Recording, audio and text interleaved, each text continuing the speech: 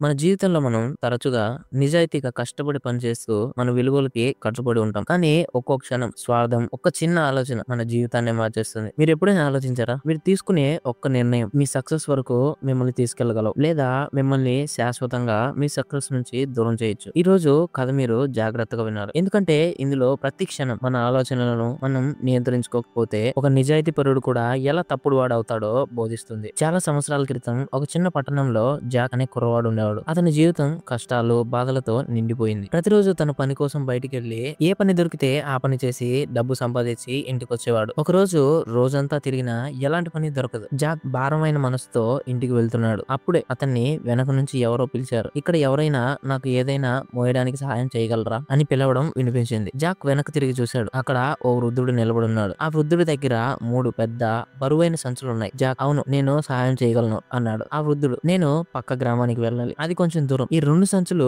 నేను మోయగలను. కానీ మూడోది చాలా బరువుగా ఉంది. దాన్ని నువ్వు మోయగలవా? నీకు 3 బంగారు నాణాలు ఇస్తాను అన్నాడు. జాక్ ఒప్పుకున్నాడు. కానీ సంచి ఎత్తిన తర్వాతే అది ఎంత బరువుగా ఉందో అతనికి తెలిసింది. వావ్, ఇది చాలా బరువుగా ఉంది అన్నాడు. వృద్ధుడు ప్రశాంతంగా అవును, ఎందుకంటే అది మొత్తం నాణాలతో నిండుంది అని బదులిచ్చాడు. అది చాలా బరువుగా ఉన్నప్పటికీ జాక్ ఆ సంచిని తన భుజంపై పెట్టుకుని వృద్ధుడితో కలిసి నడవడం మొదలు పెట్టాడు. వారు నడుస్తూ ఉండగా ఆ వృద్ధుడు జాక్ వైపే చూస్తున్నట్టు జాక్ గ్రహించాడు. బహుశా నేను సంచిని పట్టుకుని పారిపోతాను అనుకుంటున్నాడేమో అని అనుకున్నాడు. అతను తనని గుర్తుకు చేసుకున్నాడు. ఇలా చెప్పాడు, నేను దొంగని కాదు. నేను ఎప్పటికీ ఎవరికీ ద్రోహం చేయను. నేను కష్టపడి నిజాయితీగా సంపాదించాలనుకుంటున్నాను. తర్వాత వారు మరింత దూరం నడిచారు. ఒక నది ఒడ్డుకు చేరుకున్నారు. జాక్ ఆగకుండా నీటిలోకి దిగి నది దాటడం మొదలు పెట్టాడు. కానీ ఆ వృద్ధుడు అవతల వైపే ఉండిపోయాడు. ఆ వృద్ధుడు ఇలా అన్నాడు, నేను ముసలివాడిని. ఈ 2 సంచులతో నేను నది దాటలేను. ప్రయత్నిస్తే మునిగిపోవచ్చు. నువ్వు ఇంకొక సంచి కూడా మోయగలవా? కంగారు పడకు. నీకు ఇంకో 3 బంగారు నాణేలు ఇస్తాను అన్నాడు. జాక్ కూడా సరే అన్నాడు. కానీ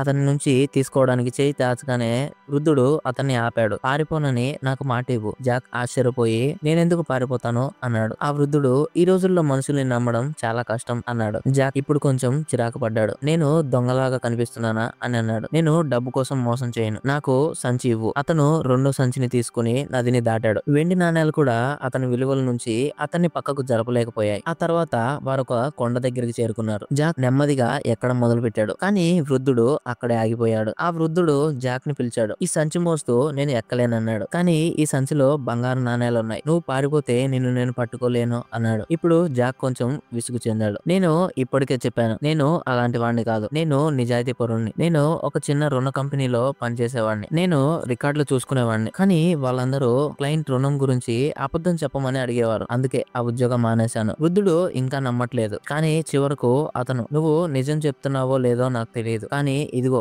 సంచి తీసుకో. నేను నెమ్మదిగా నడుస్తాను. నువ్వు ముందుకు వెళ్లి కొండకు అవతల వైపు ఆగు అని అన్నాడు. జాక్ వృద్ధుని వదిలి సంచి తీసుకుని అవతల వైపుకు నడవడం మొదలు పెట్టాడు. అతను నడుస్తుండగా అతని మనస్సులో ఒక ఆలోచన వచ్చింది. నేను ఈ 3 సంచులతో పారిపోతే వృద్ధుడు నన్ను పట్టుకోలేడు. నేను ఎప్పటికీ ధనవంతుడిని అవుతాను. మరో ఆలోచన కూడా వచ్చింది. అతను ముసలివాడు. అతనికి బహుశా ఎక్కువ సమయం లేదు. ఈ డబ్బు అంతా అతను ఏం చేసుకుంటాడు? కానీ నేను యువకుడిని. ఈ డబ్బు నేను తీసుకుంటే ధనవంతుడిని కావచ్చు. అందమైన అమ్మాయితో పెళ్లి చేసుకోవచ్చు. విలాసవంతమైన జీవితం గడపొచ్చు. ఈ ఆలోచన బారిన పడి జాక్ ఆ 3 సంచులతో పరిగెత్తడం మొదలు పెట్టాడు. ఊపిరి తీసుకుంటూ అతను ఇంటికి చేరుకున్నాడు. సంచులను తెరిచి చూస్తే షాక్. అందులో బంగారం లేదు, వెండి లేదు. కేవలం ఉన్నది చిన్న రాళ్లు మాత్రమే. వృద్ధుడు ఎందుకు అబద్ధం చెప్పాడు అని జాక్ అనుకున్నాడు. అతను ఇదంతా ఎందుకు చేశాడు? అప్పుడే అతని సంచిలో ఒక చీటీ కానొచ్చింది. దాన్ని తెరిచి చదివాడు. నేను ఈ భూమికి రాజుని. నాకు కుటుంబం లేదు, వారసులు లేరు. నాకు వృద్ధాప్యం వచ్చేస్తుంది. అందుకే నేను ఒక నిజాయితీ పరుణ్ణి దత్తత తీసుకోవాలనుకుంటున్నాను అని అందులో రాసింది. జాక్ అది చదవగానే తీవ్రమైన పశ్చాత్తాపంతో నిండిపోయాడు. అతను